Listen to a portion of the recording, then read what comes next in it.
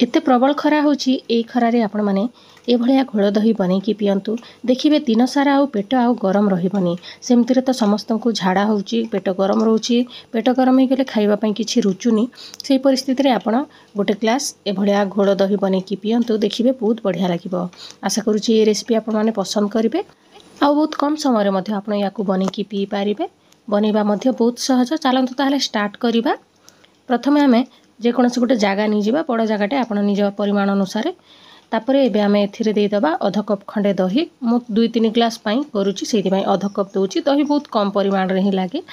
तापरे एबे आमे या ऊपर दे दबा पानी गोटे ग्लास खंडे पानी दे दबा। तापरे आउ थरे मिक्स करिबा। एबे आमे गोटे डाली घोरणा सहाय्य रे याको घोरिबा जहा द्वारा कि भल भाबरे फेंटी हे पारिबा हमर दही। आपण चाहिले ग्राइंडिंग जार रे मध्य करि पारिबे किंतु हाथ रे कले बहुत भल हे थाए काहेकि ना ग्राइंडिंग जार रे देले मशीन रे सेटा तयारी हबो। ए भलिया डाली घोरणा जदी अछि आपण हाथ रे बढ़िया भाबरे करंतु। तापर एबे आमे आहुरी गोटे ग्लास पानी मिक्स करिबा पूरा पानिया करिबा। दही टिके खटा हेतिले भी भल लागि थाए किबा फ्रेश दही नेले भी भल लागिबो। टिके खटा खटा हेले ही आजि काली खरा दिन रे खटा खटा लागिले ही भल लागुची जहा गोटे भी खाइबा पई। एबे याकू भल भाबरे फेंटी नबा जेहेतु बहुत समय घोळा जाय सेति पई याकू घोळ दही बोली कहा जाय।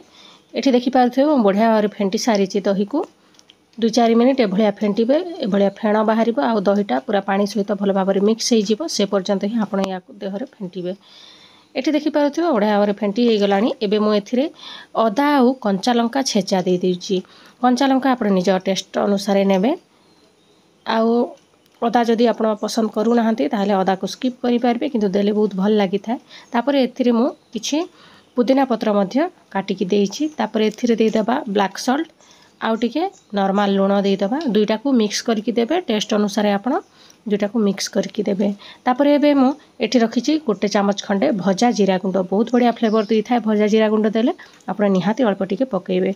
तापरे आहुर टिके याकू फेंटी नबा। जदि आपनक पाखरे जदि लेंबू पत्र अछि सेटा मध्य टिके भल भाबरे टिके छेची देबे आउ या देहरे दे देबे देखिबे बढ़िया बासना आसी थाए।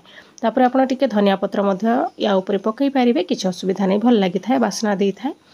आउ थरे याकू भल भाबरे फेंटी नबा। एबे एठी देखि पारुथिबे हमर घोळ दहीटा पूरा रेडी हे गला। आपण गेस्ट आसिले मध्य कोल्ड ड्रिंक्स दबा जगह रे ए भलिया घोळ दही बनै कि दियंतु देखिबे से माने मध्य पसंद करके पी पारिबे। देह पई मध्य बहुत भला सेति पई आपण माने थरे निहाती ट्राई करंतु।